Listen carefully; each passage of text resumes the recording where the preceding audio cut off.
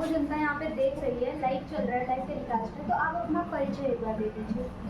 मैं पहले तो आप सभी का धन्यवाद करना चाहूँगा कि आपके माध्यम से सभी लोग हमारे से जुड़ रहे हैं, जो चीज़ें हम देख रहे हैं। मैं वार्ड 51 धोनी से निगम पार्षद भारतीय जनता पार्टी धर्मवीर शर्मा हूँ, और यहाँ पर एक निगम पार्षद की ना एक जनता के सेवक के रूप में यहाँ पर मैं काम कर रहा हूँ। जी, जैसे हमको ये जानना था, रिसेंटली यहाँ पे बहुत ज़्यादा गंदगी, धूल, पोल्यूशन, पानी की प्रॉब्लम, शराब घोटाला, ये सारी समस्याएं देखी जा रही हैं दिल्ली के अंदर। तो आप इसमें क्या कहना चाहेंगे कि कंडीशन कैसी होनी चाहिए या नहीं होनी चाहिए, या क्या इसमें सुधार लाना चाहिए? देखो, मैं इस पे एक चीज़ कहना चाहूँगा। जैसे अभी आपने पीछे देखा, प्रदूषण को लेके हमारे जो स्कूल बंद कर दिए गए थे, क्योंकि स्कूल बंद हुए हैं तो बच्चों का भविष्य, जो आने वाले हमारे बच्चे हैं, उनका एक भविष्य है, और उस भविष्य से आप खिलवाड़ कर रहे हैं। एक प्रदूषण को लेके हमें स्कूलों की छुट्टी करनी पड़ रही है, तो ये तो एक दिल्ली सरकार की नाकामी है। क्योंकि पिछले 11 साल से जो यहाँ पर आम आदमी पार्टी की सरकार है, वो यहाँ पर आप देख रहे हैं कि कैसे एक काम ना करके पोस्टरबाजी में और घोटालेबाजी में वो विश्वास जता रहे हैं। क्योंकि आपने देखा कि हर जगह घोटाले, शराब के हर जगह ठेके खोल दिए गए।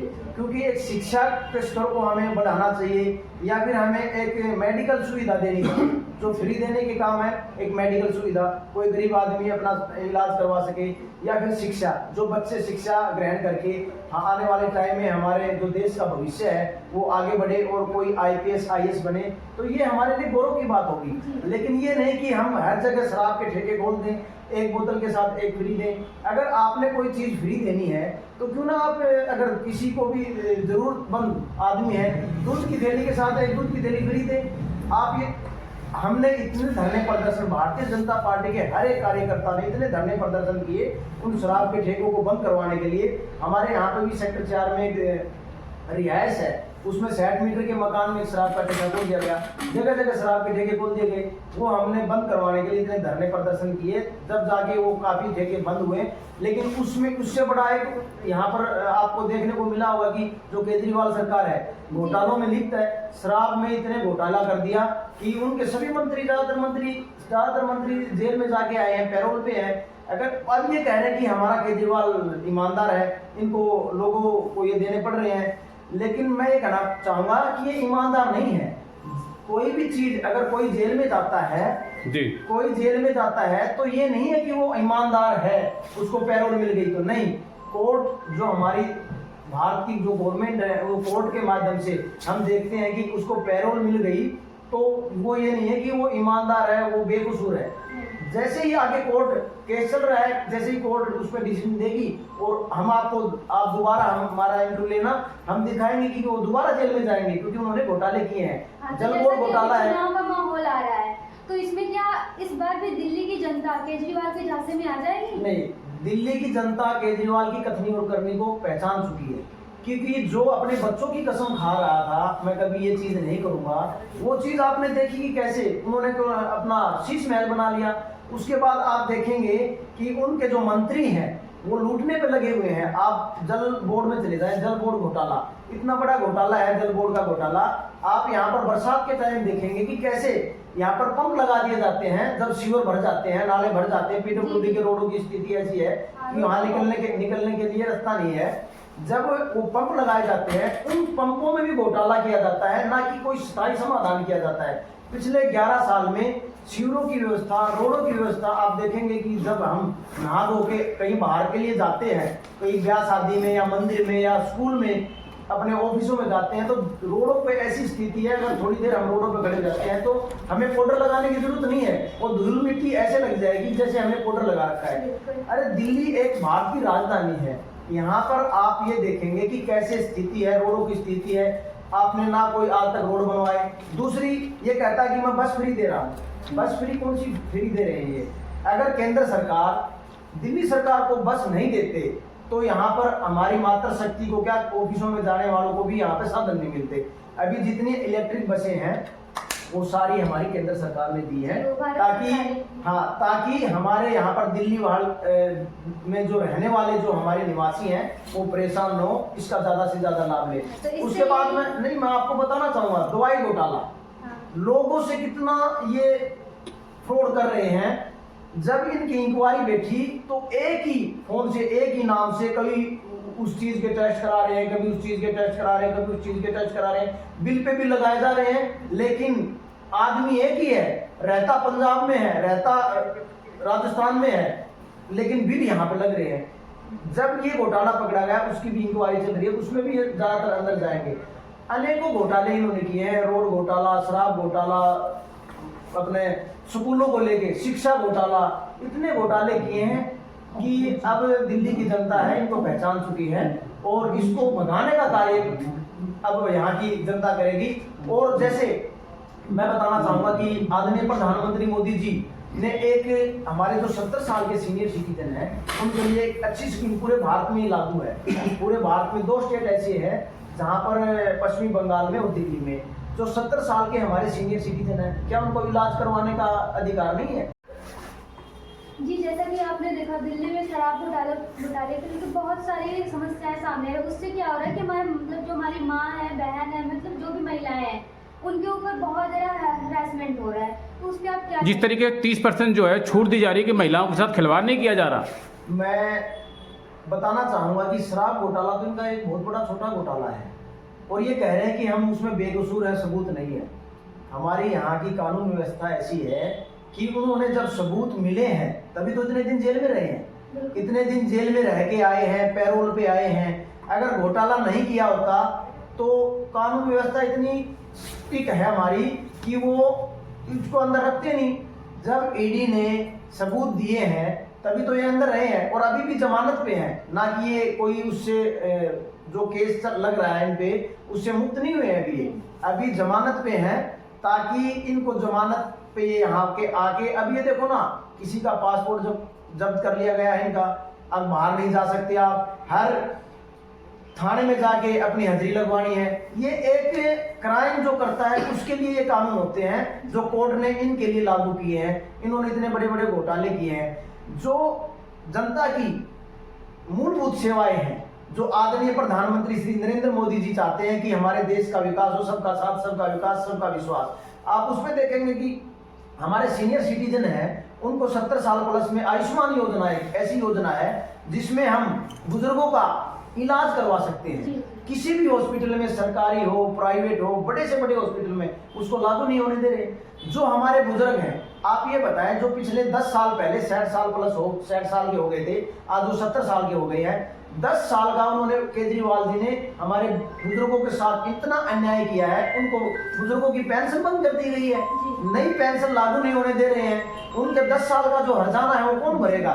आप वहीं लेके चलते हैं राशन कार्ड। राशन कार्ड क्या, हमारे यहाँ पर दिल्ली में गरीब लोग नहीं रहते हैं, गरीब लोग रहते हैं, उनका राशन कार्ड बनना चाहिए। इन्होंने पिछले 10 साल से ना तो राशन कार्ड बनने दे रहे हैं, ना बुजुर्गों की पेंशन बनने दे रहे हैं, ना आयुष्मान लागू होने दे रहे हैं। ये तो एक जनता के साथ बहुत बड़ा भ्रष्टाचार, फ्रॉड कर रहे हैं, गुमराह करने का काम कर रहे हैं। रोडों की स्थिति खराब है, हॉस्पिटलों की स्थिति खराब है, शिक्षा का स्तर डाउन है। आपने देखा कि कैसे 9वीं में अभी बच्चे फेल हुए हैं काफी। उसके बाद आप देखेंगे जब कोई काम करवाने की, जब कोरोना काल था, इनका कोई भी मुख्यमंत्री क्या, एमएलए क्या, निगम पार्षद क्या, कोई भी यहाँ पर दिखाई नहीं दिया।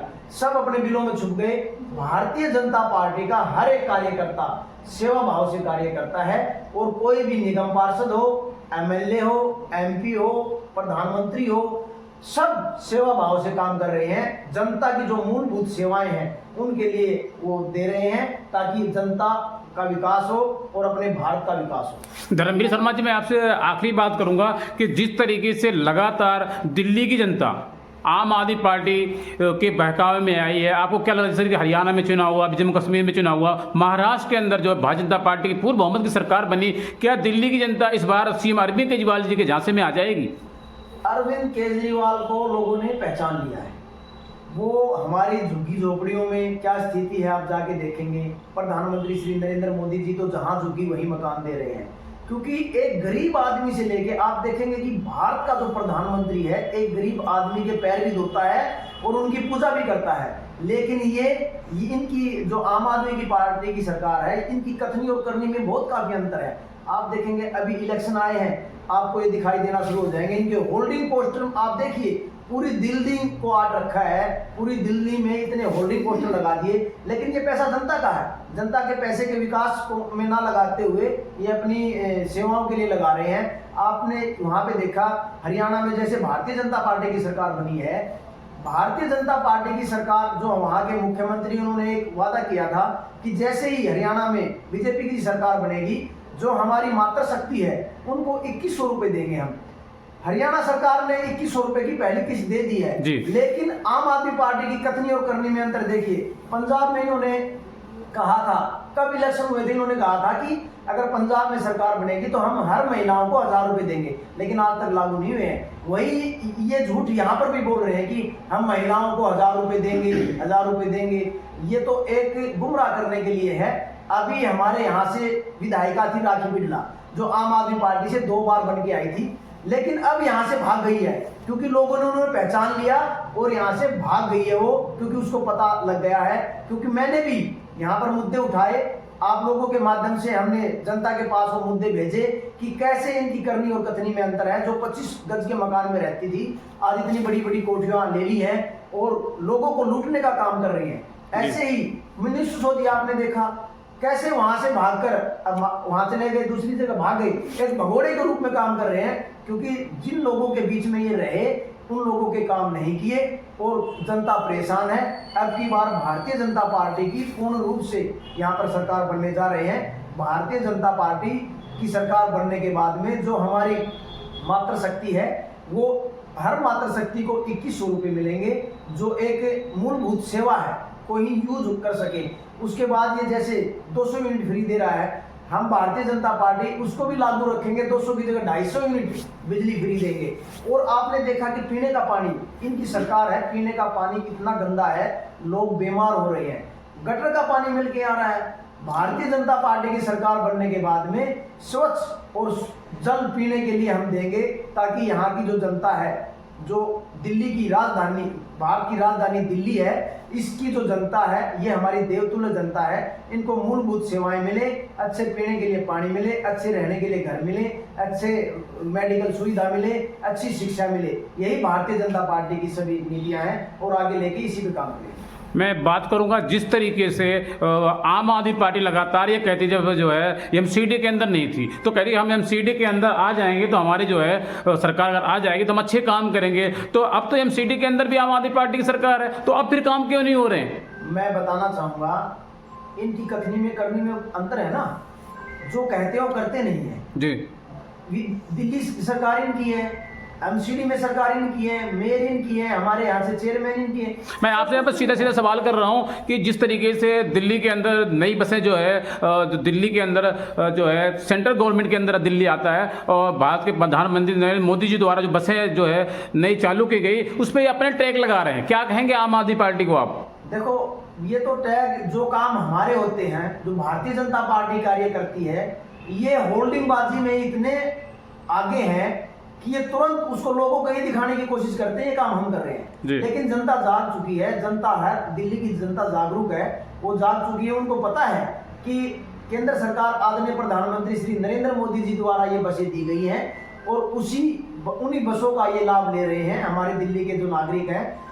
इन्होंने कोई बस यहाँ पर नहीं दी है। आगे भी हम भारतीय जनता पार्टी के सभी कार्यकर्ता क्या नीचे से लेके एक बूथ लेवल से लेके ऊपर जो हमारे प्रधानमंत्री जी हैं वहां तक एक सेवा भाव से काम कर रहे हैं। यहाँ पन्ना प्रमुख से लेके और ऊपर हमारे प्रधानमंत्री जी सिर्फ ये चाहते हैं कि किसी को भी कोई भी परेशानी है, हम उस नागरिक के पास जाएं, उसकी परेशानी पूछें और उसका समाधान करवाएं।